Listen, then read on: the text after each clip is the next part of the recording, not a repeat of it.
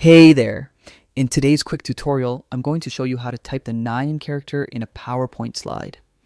This is a handy skill to have, especially if your presentations include Spanish words or any other language that uses this special character.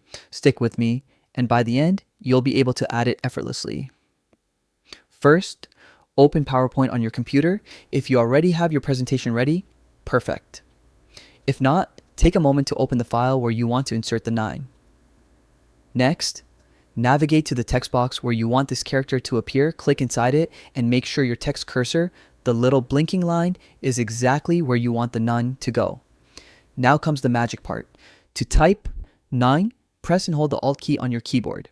While holding it, type the number 0241 on your numeric keypad, the one usually on the right side of your keyboard. Once you release the Alt key, the 9 will appear right in your text.